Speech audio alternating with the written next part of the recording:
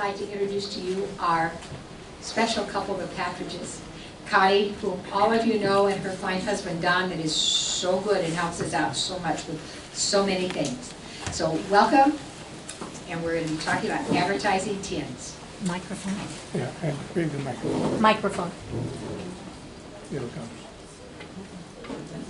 Is it going to go that far? I think so. I bet he's got it all checked out. Yeah. Now, can I lay it down without it squealing? Yeah. Okay. We're from Davenport, and I had 34 years on a playground, so I can loudly let you know what I'm going to say if the mic doesn't do it for us. Just say louder if you can't hear what's going on. I have glaucoma, so as I'm looking there, I don't see my hands here. So if I'm talking to you and visiting with you, I don't know you're there. I don't know you're there. I'm so glad you all came today, and if you have questions, try to get his attention or my attention, and we'll answer your question. I hope you have lots of time.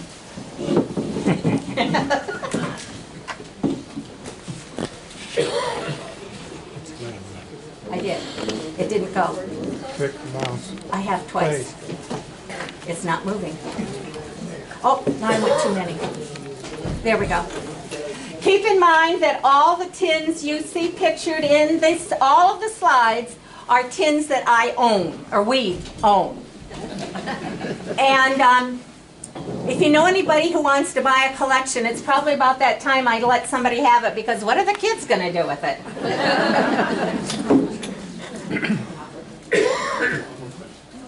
Now, at the end of the program, I'm going to ask you, how many tins do you think I have in the collection?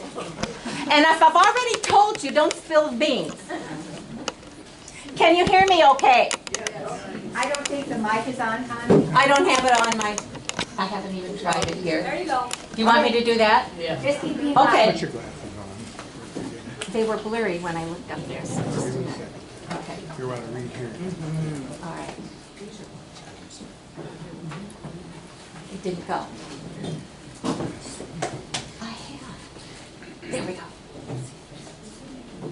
A little background about the tin industry. We can credit at least 3 Frenchmen for the beginning of the commercial canning industry. Napoleon, Nicolas Appert, and I don't know how to say that French word, so that's the way it is, and Louis Pasteur.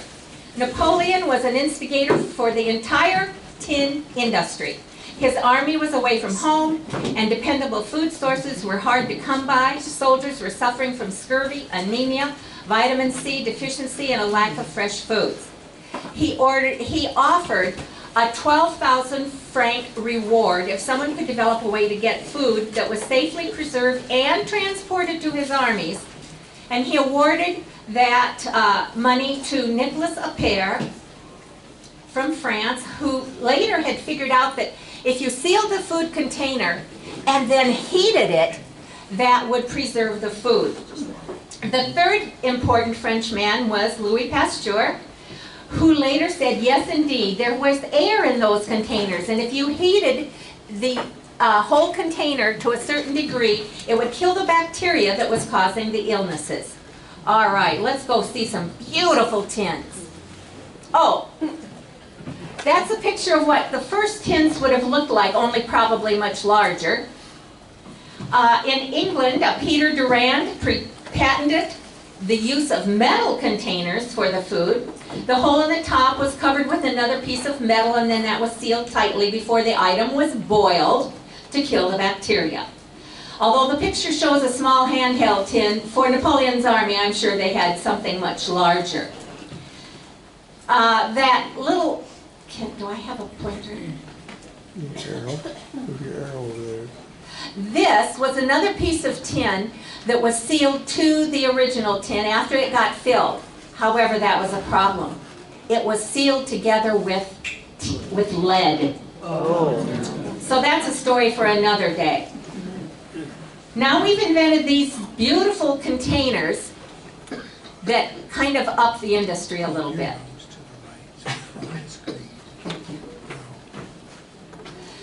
This is from one of the books that's on the shelf in the front of the room. and it's a little history of the tins. Food has been canned in America since about 1820, when French and British research people told, well, hey, people do this and it'll work better. But then the manufacturers quickly realized that the packaging was the key to sales and the development of brand loyalty. The evolution of processed food also corresponded to the golden age of American lithography for all those designs and beautiful tins. Keep in mind, while the Lipton and the Borden companies were some of the first ones in that late to middle 1800s putting goods in tins that were decorated, these are current now and nowadays ones like I have. But there were other uses for tins, including nails, fuses, chapstick, clock parts, blasting caps, pencil holder, cleansers, phonograph needles for the phonograph records, film, leather oil, eyelets for I don't have a clue. Oh, for shoes, he says. And tire repair and tobacco. But maybe you remember a tin that was at your house or at your grandmother's house that was used for something entirely different than maybe the cookies or something that originally came in it. Think a minute. What'd you have a tin of that you got into all the time for stuff? Anybody have those? Yes. And this picture is taken of my mom's button tin that I grew up with. Now, I have a site on the computer, Connie's advertising tin site, and I have divided it on the internet, whatever, and I've divided it into 72 different categories for the collection. Christmas I've had to divide into two parts because there's over 500 and a page only holds 500. Now the numbers on all of the slides you're going to see today represent how many tins of that particular type I have. So for Johnson & Johnson Band-Aid tins, there are 237. And this shelf is arranged alphabetically by what kind of Johnson & Johnson Band-Aid tin. Because when I see one on eBay, I don't want a duplicate. So I can come down here and say, what kind of particular tin is this, and make sure I don't get two of the same thing. Fossil tins, they put them in square shapes. Then there are miscellaneous long and square and all different kinds of shapes, and cars. And we'll see some more about those later. My older tins are above the kitchen cupboard, and many of those are behind me on the tables. Tobacco tins is here in this area. There are a total of 81. Banks are here, and my, doesn't the M&M tin bank look good? 100 different tins for banks, and cereal tins. That's a start, a meager start. Girl and Boy Scout tins, ladies tins for makeup and personal items and whatever, and bird tins, BYRD. These are from Savannah, Georgia, and they're cookie tins, and they are still producing today. Bullion tins, a few of this, but a lot of the tubal ones, and again, guess how I arranged them? Because when I go to get another one, I don't want to get a duplicate, and there's some more up there too. And I finally learned how to spell bullion. Adhesive tape tins, well, if you store them flat, you can't see the pretty sides. So my husband Don developed this way of displaying them on curtain rods. He has them reinforced in the middle because the rod gets heavy, and so that's all, not all, that's some of the adhesive tape tins. And before they were called adhesive tape, they were I'll tell you later, I forget. Plaster. Adhesive plaster, thank you, hon. And there are some here in this area of those little tiny ones. They're only like an inch tall with a hole in the middle because it's an adhesive tape. We also have a lot of tins on magnetic boards. Wow, what a huge help that was for displaying my collection. We saw some tins, Altoid tins, I think, in the grocery store on a magnetic display. And Don got that idea, and he's made so many different ones for me, and it displays so many tins. Because my collection was getting too big, there are some rules for the collection. I don't collect Coke tins. And there's 122 to prove it. But one rule I do follow faithfully, totally, and completely. I do not have alcohol tins or anything that had alcohol to drink in it. The few I had, I ditched. And then, of course, foreign tins. These are Walkers and Campbell's, Scotland area. This tin is about 10 inches across and 12, 13 inches tall. Has the red plaid typical of the Scotland area. And many of the Walker's tins have a red plaid around all of the edges. Altoids are from Great Britain, so more foreign tins. 101 altogether in my collection. This particular tin with the orange color sold on eBay for $87. It's just a little handheld thing, and it had to be unopened. So that is your thing to show that when you're selling it, it's not opened.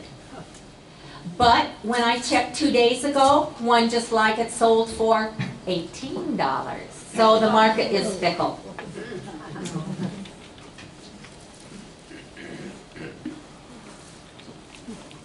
Did you figure it out? It's showing a lady's bosom from her top to her neck. Thank you for your reaction. Okay. Now, one of these tins is Cindy with a C, and one is Cindy with an S. Can you figure out which one is the S-I-N, Cindy? The Satan one on the right? Yep. You got that real quick. Horns on one of them. Then Altoids also went to the political side, and these came out in 2004, and for some reason I didn't get the horizontal red one. I don't know why. I just never found it at the time I was particularly looking for it. And again, these are a little more than pocket size. They're not very big. But they didn't stick with that. This is about 10 inches by 7 inches. This is about 8 or 9 inches tall. This is maybe 6 or 7 inches across. These are tiny little pocket tins. And there's a whole selection of these with different flavors and kinds that are brown with the red ribbon. Another foreign tin is the Cadbury tin. Now I have a lot to tell you about the Cadbury Company. It was begun by the Quakers. If you were a Quaker, you couldn't go to the University for Great Britain or it was an established church, and they couldn't belong to it. So a lot of businesses they couldn't do. And they did not drink alcohol. So they started tea and coffee, and then later cocoa. Also, the Quakers made better working conditions for their workers, for their jobs. They might even have an area of the town near the factory where they could live, and they required either the men or both men and women to attend some kind of class on a Saturday so they would be better educated. And of course the kids had schools.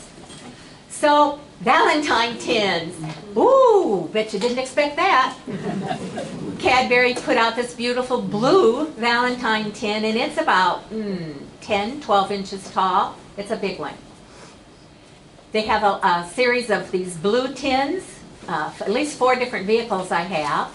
So that's different for the Cadbury side.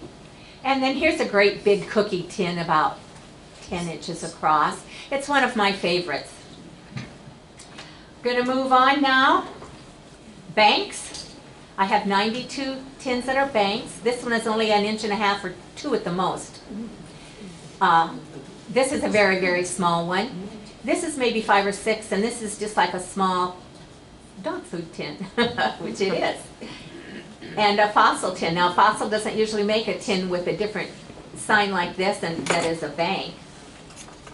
So they vary a lot in what the banks are. Going to go on to spice tins, and I'm going to stay with them for a while.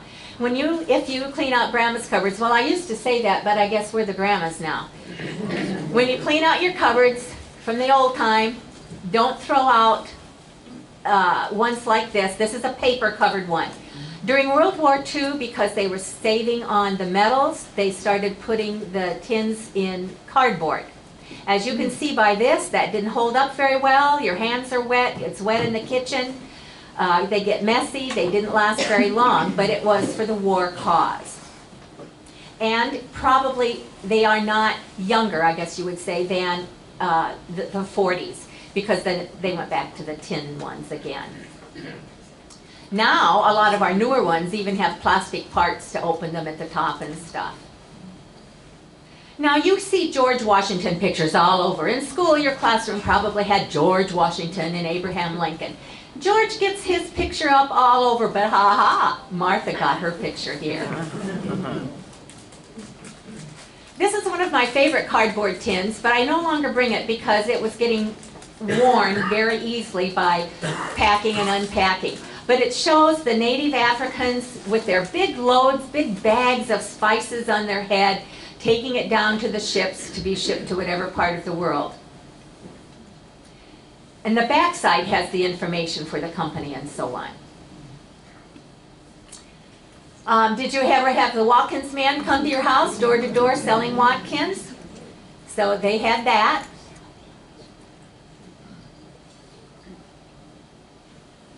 A small business in any town, or any business in any town, would get a great big sack of spices and put it in their own designed tin cans. And nowadays, because they didn't make a whole lot of them and they were regional, to get some of these is very expensive because there are so few around still. One small spice tin was costing $100 for a collector who wanted that special kind. Well, at least it did on that one day. As far as the Watkins man coming door to door out in the farm, we had someone come, and when I was in between years of college, I sold Fuller Brush door to door, but you know, I don't think they had tins. National Tea Company, Raleigh's, McNess, lots and lots of spice ones.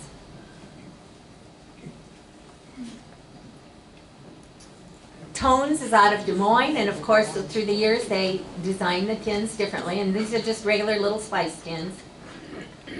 Jack Sprat, I think this is cardboard, and it's from Marshalltown, Iowa. They're pretty pricey. They sell for a lot of money, maybe $10 to $50 per one tin. Not tin, cardboard. Clinton, Iowa, it has a paper cover, so that didn't last very well. Madrid, Iowa, this is a tin with a paper label. And Keokuk, Iowa. Probably a lot of us don't know that many Iowa towns made and sold tins. We're moving on to Celestial Seasoning tins, another varied market. This is a book size tin. This is a recipe tin with a pointed top, and this is about 5 inches around. The Celestial Seasonings began in 1969 in Boulder, Colorado. It's been in business as long as I've been married. They hand-picked their product to put in their tins. They had, for healthy beverages, they created a market for that. Kraft Food bought them out in 1984, but in 1988, Kraft sold it back to Celestial Seasonings. In 2000, they joined with the Hain Food Company, H-A-I-N, and now they are part of that for when I wrote this announcement. They are the largest herbal tea manufacturer in North America when I wrote this note. I didn't look that up again yesterday. And most of you are more familiar with Celestial Seasoning tins like this. And later on, they began to make it more medicinal. And so these are some of the later ones that they had. Sometimes they were flavored, comforting tins, spice tins, such a large variety. These are also Celestial Seasoning. They lately came out with latte ones lately, 10 years. A number of them with the same size and design tin. This is, again, kind of book-sized, and the decorations behind are Christmas decorations behind the bear. And I'll tell you more about this later. And this is about 4 to 5 inches tall, so it's a bigger tin too. Okay, back to this fellow. In the Christmas of '06, these are sold at Kmart for $5.99, very different tin. After the holiday, they're on sale for $2.99. On eBay, one of these sold for $29.99 before Christmas. Probably the buyer had no way to get to the store at Kmart to get them. And by mid-January, they were $4.99. I bought a few, maybe 4 or 5, and sold them, and my last one I sold for $10.50. And was glad I didn't have a bunch more to market. Condition, condition. That's the value of a tin, depending on the availability, condition, and your heart. Worn out ones like this, not going to do so well. This is all scratched and in bad condition. A big stain or scratch on that one. Just poor condition, so you're not going to get a lot for one like that. But some of them are from the heart. This one was in my folks' horse barn attic at, tell me, what street? Austin. No, Locust. 512 West Locust. And when we cleaned the place to sell everything, this coffee, it's about 10 to 12. I think it's here. It is here on the table on that side. And this is in poor condition because of the way the lid fits around there. This has a dent here that didn't show when I bought it from eBay. This is all discolored. But if it's one that is special to you, all those things don't matter. This is from Don's family farm up in north central Iowa. Grandpa used blasting caps to blow up the huge rocks in the fields. I was upset when I ordered it, and when this one came, because it had all these yellow stains on it. And I thought, well, those pooey people didn't tell me it had that. But as I studied it more, I realized it was a manufacturing problem that this somehow got on the tin. It wasn't something that got on it at a later time. I scale the condition of my tins on a 1 to 10 scale, and if I give it a 10, it's mint condition. If I give it a 1, it has to be from the heart because it's not worth anything else. Do you notice what's particular about this one? That's a good one. And this is called adhesive plaster, not adhesive tape. Now, so that last one was a medical tin, and now we're going on to more medical tins. And again, more of the adhesive tape tins on the curtain rods. This little area is only about 4 inches across, and those tiny, tiny little adhesive tape tins. You see one here with a hole in the middle? That's how tiny it is. This tin is in the glass case on the table. It's one of my favorite adhesive tape tins. It's such a pretty color. And this one I think is in that case also, because it's a square tin but a round hole in the middle, and that's the only one like that I've ever seen. So the label of adhesive plaster instead of adhesive tape would indicate to you it's an older tin. Okay, if I knew how to run this machine, it would help. Okay, sometimes the date is right on, like this Band-Aid tin has the date right on it. Sometimes it's an anniversary tin for that product, and so you can figure out what they're celebrating. Older ones, however, rarely have dates. I'm a teacher, so here we go, class. The old ones might have, Chicago's a huge town. There might be 17 Elm Streets in Chicago, but Chicago's divided into sections. And Chicago at one time had a section 6. This was before zip codes. A tin that has that is 1940s forward because Europe started doing it about that time and we copied them. Chicago had at least 13 sections. Philadelphia had at least 34, and notice the state abbreviation is different. Now we have the standardized state abbreviation with only 2 letters for all of our states. So this kind of time period is up to maybe 1963. The city postal numbers are 1940s and later. Here's your newer state abbreviation. Here's that zip code. Then they went to the 9-digit zip code. Well, some of them did. Some of them said, hooey, I'm not going to do that. Or they already had the tin printed and they still had it in stock and they didn't renew that until a later date. But they couldn't be older than 1981. Now we put barcodes. They came to be printed on tins in the 70s, nutritional guides, and of course computer addresses and websites. Class over. Okay. Many companies changed names. The United Drug Company went to First Aid, then went to Rexall, and Rexall's kaputs now too. Cracker Jack went to Frito-Lay. Yes, Yes? definitely. Definitely, he says. I don't have to worry about my note. They changed it anyway. Bauer and Black is an old name for the tins. It eventually went to Curity and then to Curad. Well, this has both Curad and Curity on it.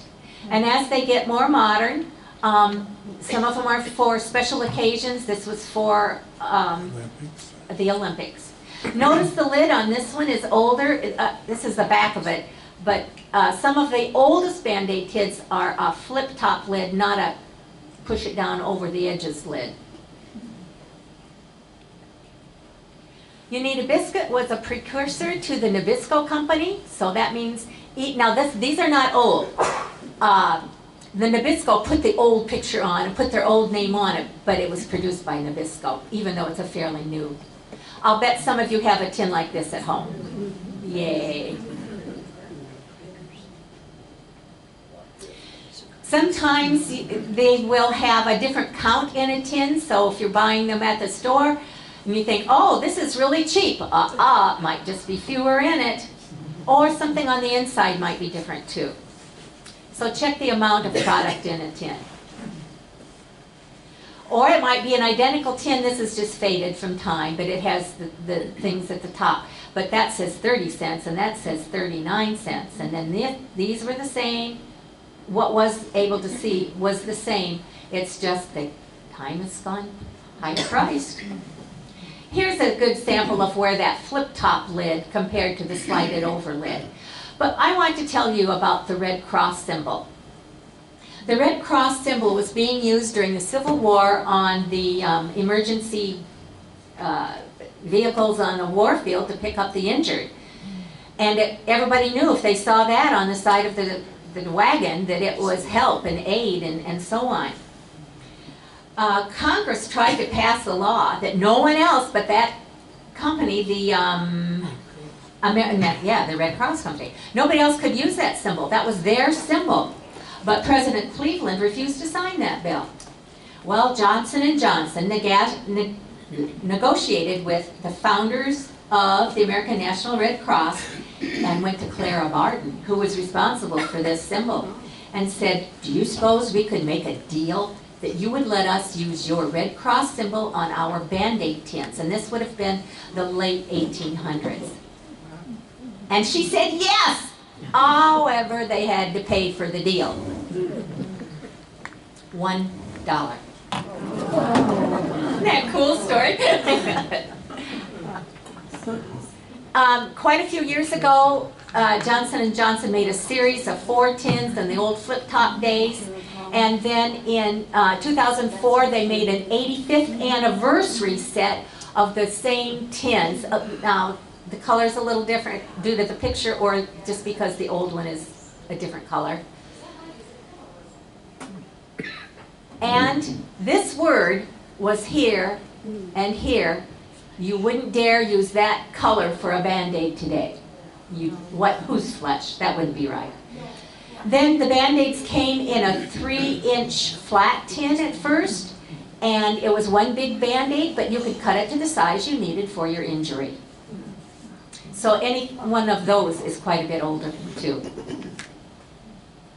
Then we ladies got in on it.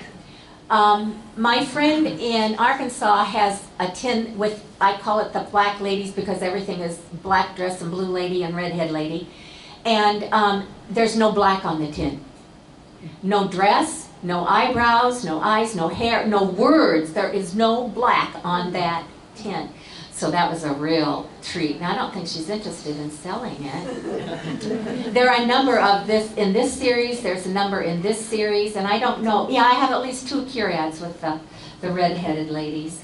I guess they thought housewives were in charge of buying Band-Aids. And so by putting housewife pictures on there, they could sell more. But then they realized, the kids are interested in Band-Aids. At first I thought this one, with the train and all the pretties, was the same as this one, but it's a different train, it's a different elephant, it's different in lots of places, but what you notice first is the star and the heart, and they're all in the same places. They are stars and stripes for a name. These are highly collectible. This was different because it had these Band-Aids and not just the pretty ones. And this one had the eyes looking at you. This, for Johnson & Johnson, is a highly collectible group. More for the kids. Sesame Street, they had a lot of Sesame Street Band-Aid tins. Just general Band-Aid tins. There's Curad, Kmart, People's Drug, Kids Care, White Cross, Kmart again, Kid Care, Hospital Brand, Mickey and Pals, Osco, Sears, Topco, Stacked Strip, Fred's, and on and on and on. Sears, Pardon? and Sears. Oh, Sears. There's even one, there's one tin that's from Macy's. One of my favorite groups of tins are the Sentinel tins, and they usually have the soldier with the gun over his shoulder. And then these are older than they went to the blue ones. And I don't think I don't put anything out like that anymore. But I have 60 that are just Sentinel tins. Moving on to first aid kits, 55 of those. This is a Girl Scout one. Now I had shown you another one when I was talking about conditions of tins that was in very poor condition, and later I bought one that was in better condition. Aha. Lone Ranger first aid kit. And these sell for more and are worth more and are more interesting if they still have contents in them. If they're just empty, that's nice, but if they have all the stuff in them, that's better. Girl Scouts got in on that again, too. Going to fossil tins, they have the square ones. That's full now. There's no blank spaces where that is anymore. More square ones.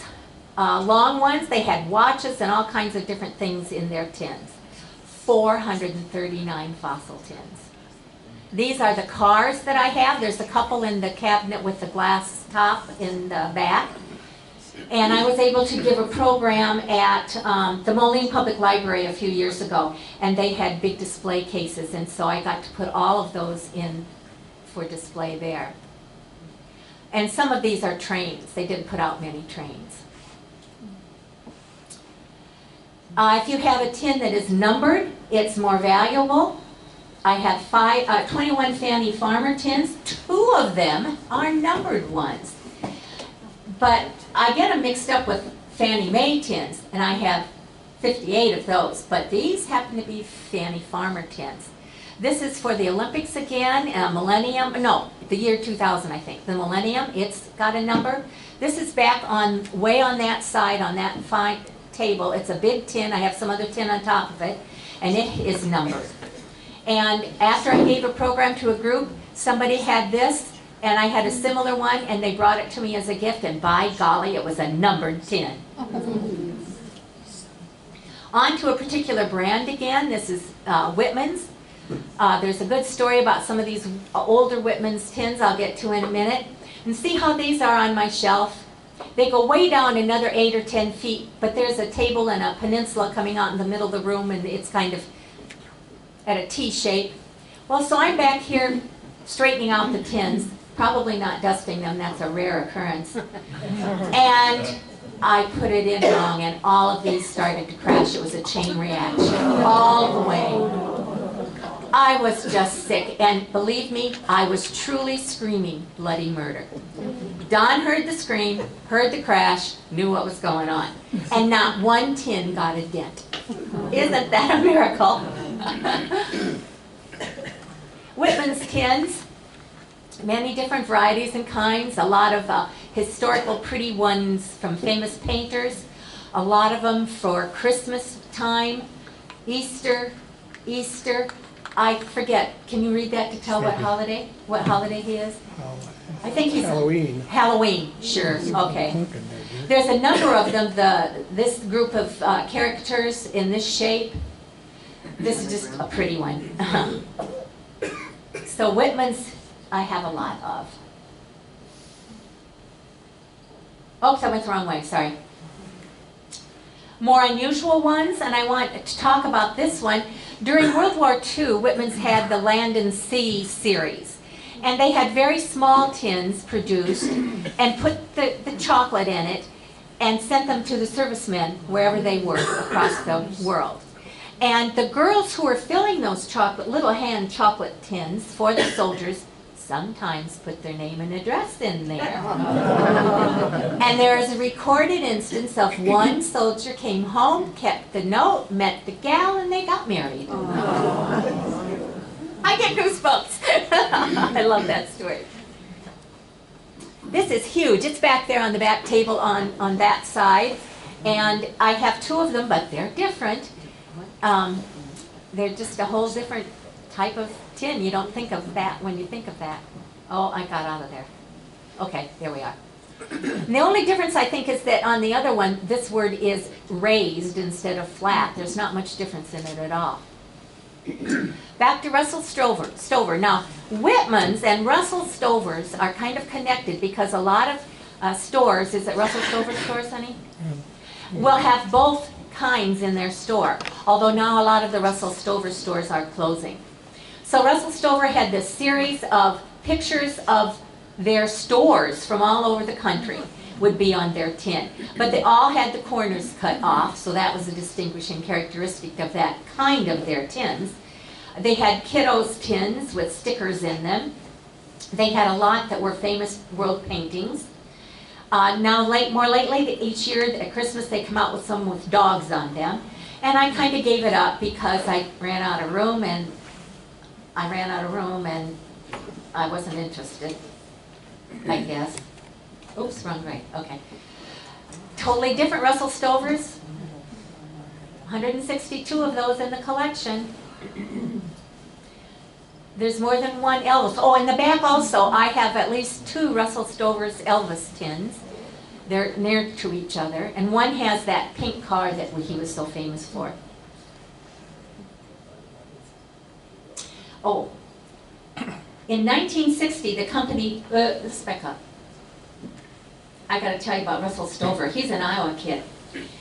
He's relatively new to the candy industry. In 1923, he and his wife started the company in their bungalow home, experimenting with recipes. Did I lose it? No. He was raised on an Iowa farm and attended Iowa City Academy, studied chemistry at Iowa State U. He later worked for a Minnesota candy company, then the A.G. Morris Company in Chicago, then the Des Moines-based Irwin Candy Company, which was floundering, and he turned it around. They joined with another inventor and developed the Eskimo pie. The Eskimo pie craze swept the nation, and they were not able to keep up with the market. Other companies started making the Eskimo pie too, and then there were legal hassles, and Stover's eventually sold out that part of their venture. They eventually went to Denver. Now, sorry about missing that. In 1960, the company was sold to Lewis Ward. By 1993, they acquired Whitman's Candies. That's why I'm telling you the Whitman's and the Russell Stovers are connected. Together in 1994, the company sold over $300 million in sales. And then they went to the Lindt Company, and I don't know how to say this word, Sprungli, S-P-R-U-N-G-L-I, and they went together then, and now that's who owns it. Wait a minute, I'm talking to you about Russell Stover. What is this Clara Stover stuff? Finally, the woman of the couple got some recognition. And that's his wife. And that's the only one I have for her. I don't know if they even made any more. You know how that goes. These are big tins, maybe 10, 12 inches across, 5 or 6 inches. They usually were cookie tins, a lot of holiday ones. When I stack them up on a wall, I stack them this way, and I'll show you pictures of that later, because they take up a lot of room. And at Christmas, I have awfully a lot of Christmas tins to display. Where? And the lid's a serving. Oh, yes, he says, and then you can use the lid as the serving tray for the cookies. Yes, thank you, dear. Oh, it says here that they're about a 12-inch circumference. Not circumference, 12 inches across. I wrote that wrong. On to Hershey's. Well, you know, that's going to take us a while. This is a set of 6, and the top one that we can't see has the Iowa goldfinch and rose on it, honoring Iowa. And there's just so many Hershey's. Back in 1886, Hershey's was in Pennsylvania and started the Lancaster Caramel Company. In 1894, 8 years later, he started the Hershey's Chocolate Company and sold the caramel business and concentrated just on chocolates. In 1907, these ones, the Candy Kisses, were introduced, and you know, then there's the little Candy Kisses in packages too now. But he also introduced at that time this white thing that is called, just a minute, a plume. And sometimes it's printed on the tin, and sometimes it's loose on the tin. These tins have a toy vehicle. There's a picture of a toy vehicle, and in a very carefully wrapping around it, the toy is inside there. Lots of variety for Hershey's. Have you ever toured the Hershey factory in Pennsylvania? No. It's a joke. Oh. It's all in a museum form, and you can't look and see how anything is made, of course. Well, you can come to my house and see mine. Then we're going on to mints and gums. There's the Michelin guy. This is a bigger tin, about 8 inches by 4, and most of these are smaller. This one is only a couple, 3 inches tall. It's a very tiny tin. I don't know how he got in on here, but he did. Looks like somebody needed to get their strings tied here. Of the mints and tins, mint and gum tins, I have 362 in the collection. But a lot of those can go on magnetic boards and don't take up much space. Of course, I'm a teacher. I have Crayola tins.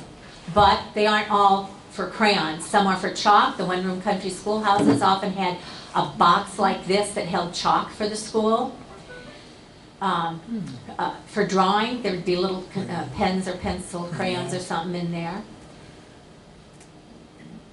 This is a great big tin, and I forget what's in it, and I didn't write it. But, pardon, does it say? It says games. Oh, okay, there we go, thank you. On to coffee. Probably if we think of tins, we often think of coffee tins. This one is about knee-high from a restaurant. This one is about as big as my fist. Of course, Maxwell House is popular to us, and Folgers, and lots of these are. And this is decorated for Christmas, one of the Christmas tins. These are coffee tins. They're only about 5 or 6 inches tall, and different colors. I do have 2 of the red ones now. Pardon? Banks, yeah. In the banks. They are banks, yes, they're banks. Miscellaneous hardware, and I'm going to have fun with this one. So they're for so many different reasons, and I have a whole thing on my site on the computer for hardware of all different kinds. Do you know what came in that? Guys, do you know what came in that? That's a condom tin. It's back there on the table with a friend. And I have 39 of them all together. The prices. The prices are sky high. I have spent as much as 50, but I have seen them sell on eBay for $2,000. And I have them in a little display case at home, and when somebody comes and I open that up and show them, they say, huh, I didn't even know they came in tins. It's hard to decide on my site where to categorize a tin. Is it a recipe tin?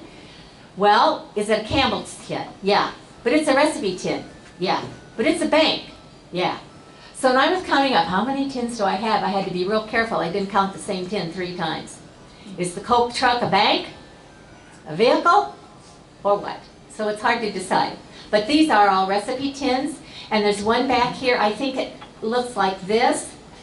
One side, or does that say Campbell's? No. Oh, that's not it. Maybe this is it. Yeah. One says mix something or other. McCormick. McCormick and Schilling. Schilling. So if you find that tin and turn it around, 2 different company names are on it. Combined. The 2 companies went together. Some tins are produced to capture historical events. I see here a lot of the old Olympic ones, a famous person, and I've mentioned the political end of it before. Sometimes they're produced as a sign of patriotism, pictures of presidents. This is a puzzle. There was a puzzle in this tin. Here's some local ones. There are lots of John Deere tins out. I don't have too many. Oscar Mayer, Van Mauer, and the little one. Isn't that one? Yeah. Yeah.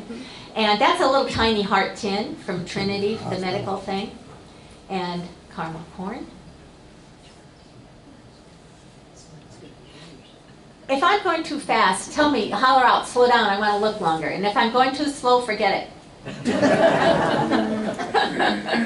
And the Highland potato chips, this one is in the back. I might have some tins on top of it. And they were made in Des Moines and Davenport, Iowa. This is the a pickling tin, pickling spices by the Kelly Company in Davenport, Iowa. I bought this tin in the 80s from a neighbor who was having a garage sale, and it was one of the first tins in my collection.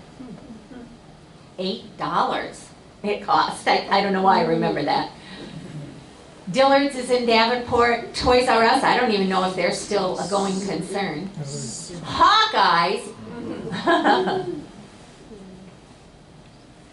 Other companies celebrate their own history. So Cracker Jack put out one to celebrate its anniversary. And Mixed Nuts, whatever that is, one to celebrate its anniversary. I told you about the Band-Aid tin. Here's one of the old ones, and here's the whole set of 4 new ones from 2004. And this was celebrating the Girl Scouts' different uniforms that they had had. So that was the history of their company. Pardon? Oh, I thought somebody had a question. Sorry. Collecting tins 1. There's a teacher coming back in here. If you want to get a sticky residue off from a price tag, take what you can off with the paper and then smear peanut butter on it and come back tomorrow. And it'll wipe right off. Wash them carefully, and only if it's needed. Just use water first, cold water, not hot water. A computer site contributor does not recommend using hot or warm water on older tins, especially before 1980, as it could lift off or dissolve the paint. And then a mild soap if you're going to do a soap. Rubbing softly with a soft soap gets some spots off, but it can take the paint off too. Turtle wax may help to restore a tin's poor condition. I haven't tried this, but it was recommended on the Antiques Roadshow and on a computer site.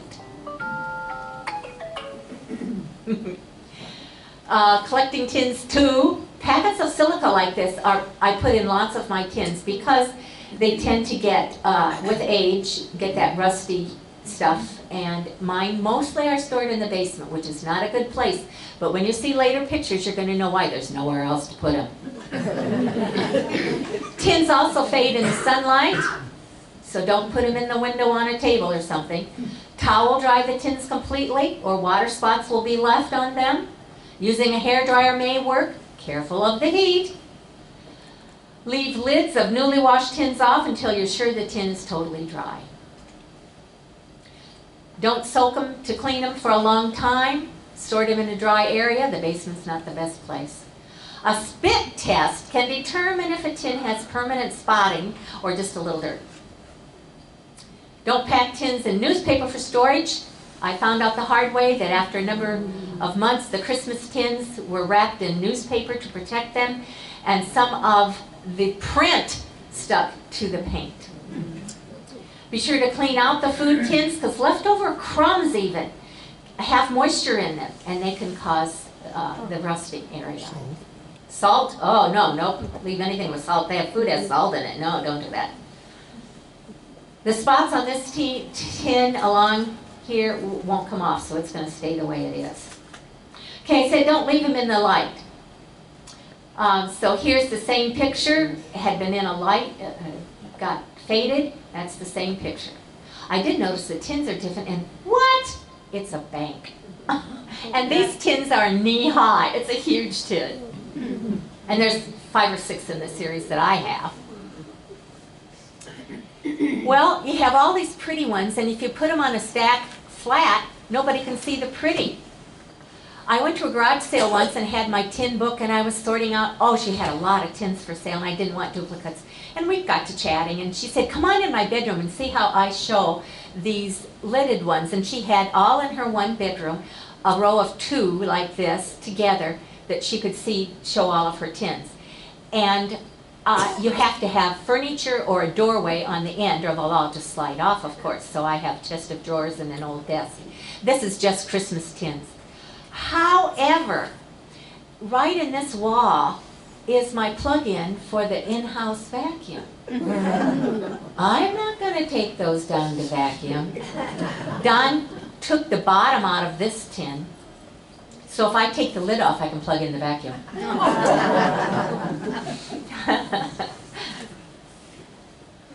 This whole display shelf is only 7 inches by 5.5. And I have even more tins on now than when I took this picture. But these are tiny little tins. That little chapstick tin is not more than, what, 1/2 inch or so? So these are all little tiny things.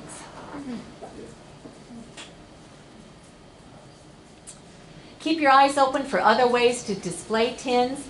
And I had about 12 slides of all the different boxes and varieties I have. And Don said, you got to cut. So I cut.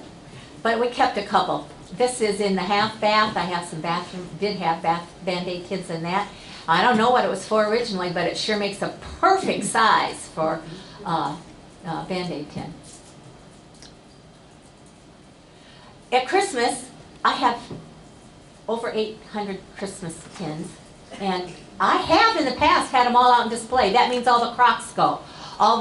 Everything else goes, and tins are everywhere in the house. But you can stack the square ones, or like this, up the wall. They just stack up the wall, and look how many I got in just, 3 feet of space. Make sure the big heavy ones are on the bottom. They might want to get to kind of poking out. The center will start to bow a little bit, so you got to make sure the lighter tins are the higher up you go. Oh, this is 943. I've got to change my story. And some of the Christmas tins are just pretties and not advertising tins. And then, of course, they're stored during the year. These are keepsake Christmas tins. I take all the tins off from on top of the kitchen shelves and put Christmas tins out for that. And we did have an aquarium, a 35-gallon aquarium. I took all the stuff that was out down here and put tins under there for Christmas candy tins. These are all Christmas M&M tins. And the boxes are the old pop boxes that you could put 4 6-packs in. And then Don has put a white backing so the tins show up better.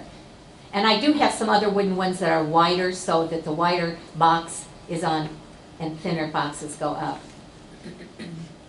I call this my gorgeous Christmas tins. I just have this one table. I can put it on, and they're all gold and red, and I just think that's a beautiful setting there. A lot of those are Russell Stover's tins, but not all of them. Ghirardelli. There's Lint, Ghirardelli. Oh, here we go. All of these are Valentine tins.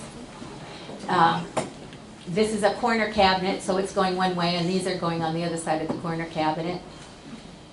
And I just put all those away a few weeks ago because we had to get the Easter tins out.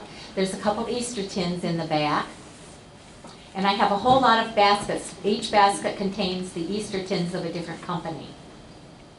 And then I have some old cheese boxes here that some of the, quote, eggs, unquote, fit in. Some of the advertising tins are double advertising. So I think this is a Mrs. Fields tin, and the Quill Company was giving these tins out to their workers for Christmas, and so they got to put their name on it. So a sweet thanks from Quill to their workers, but it's a Mrs. Fields tin. Okay, are you ready? People say, where do you keep them all?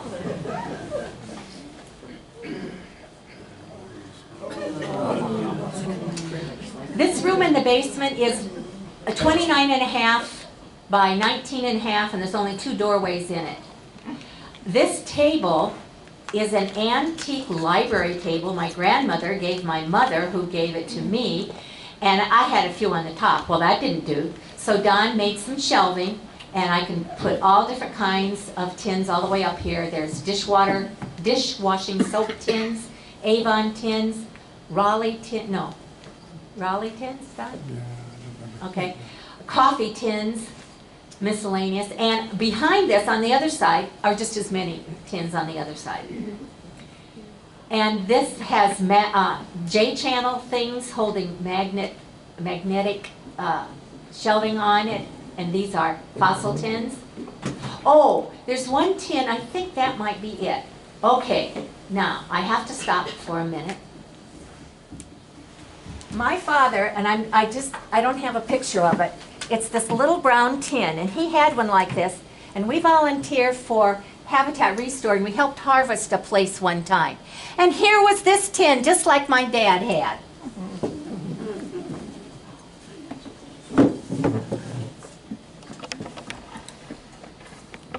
But you have to open it and see what's in it. You ready?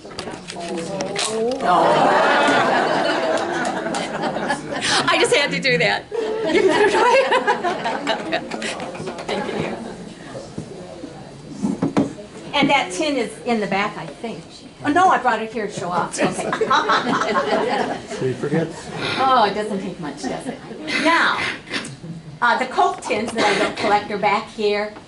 Potato chip tins. I have on the shelf that you can't see are shoe polishing tins. And back there, there's one shoe polishing red tin, a little one laying down. Shinola. Do you know that saying? Yes. On Shinola. Okay. Now I'm going to turn around, and I took this picture, but I'm going to turn around and show the other end of the room. And here's one of the doorways that goes upstairs. And here's mint tins and stuff on magnetic boards. These are all recipe tins. There's one recipe tin, I already told you that I have it, that has 2 different manufacturers on it.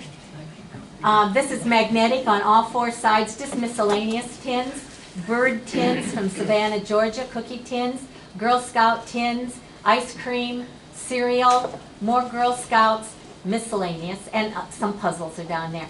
If you stood there today, you would not see any of this because there's another whole set of shelves right here. There's a set of shelves here, and now there's another set over here. Well, you got more, you got to find a place for them.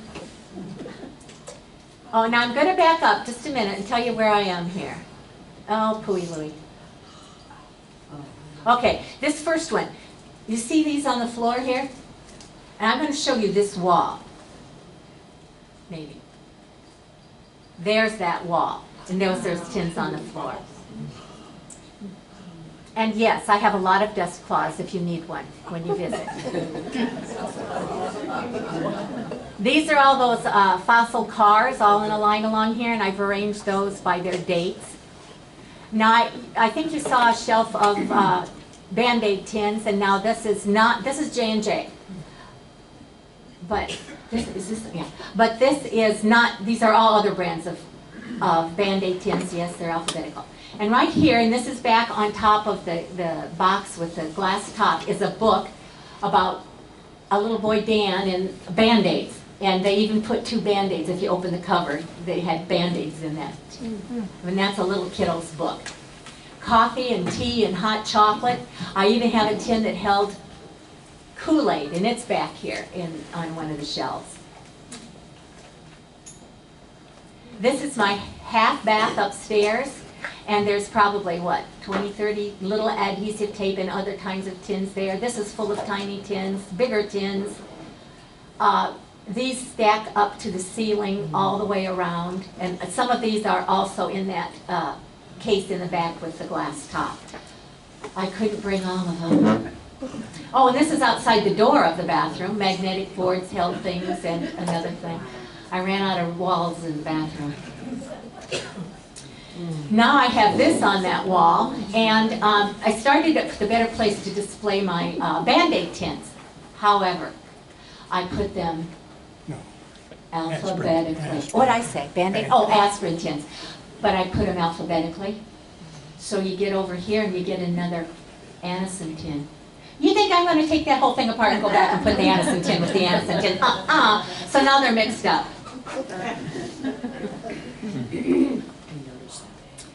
Odds and ends. This one opens up, the tin opens, and inside it's like a country store.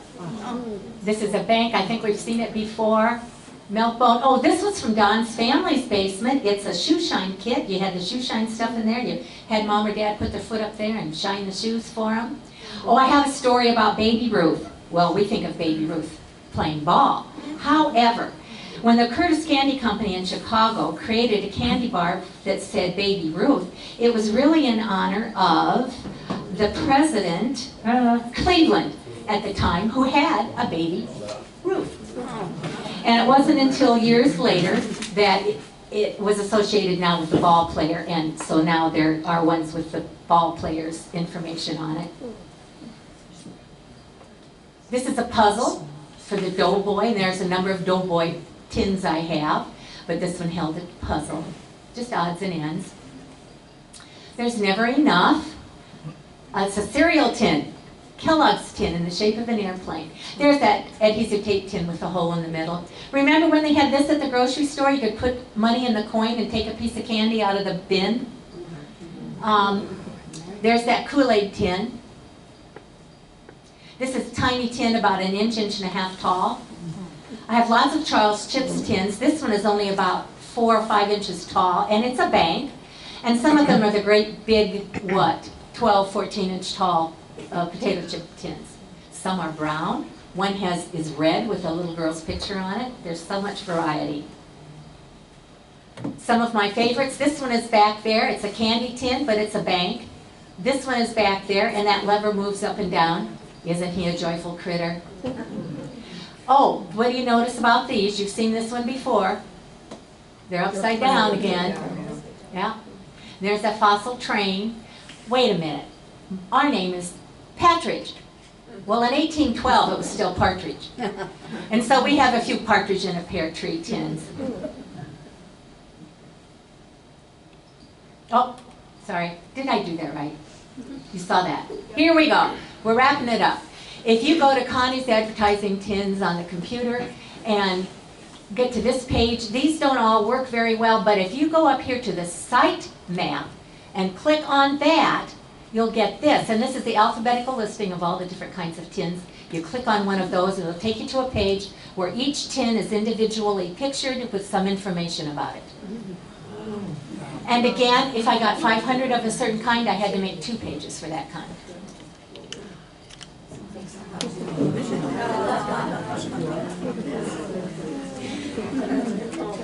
And that's out in the parking lot, by the way. This umbrella is on a table by the doors, and I have a basket, a bag of things up there. You'll see scattered all around are some of my business cards, and if you run out, I have a few more. Oh, I should talk with that movie. So anyway, my son took pictures of some of my tins and put this together and made this umbrella for me. Oh, he ordered it. Oh, yeah, he didn't make it. He ordered it for me. In the back, too. Did he do the bag too? Okay. So that's pretty cool.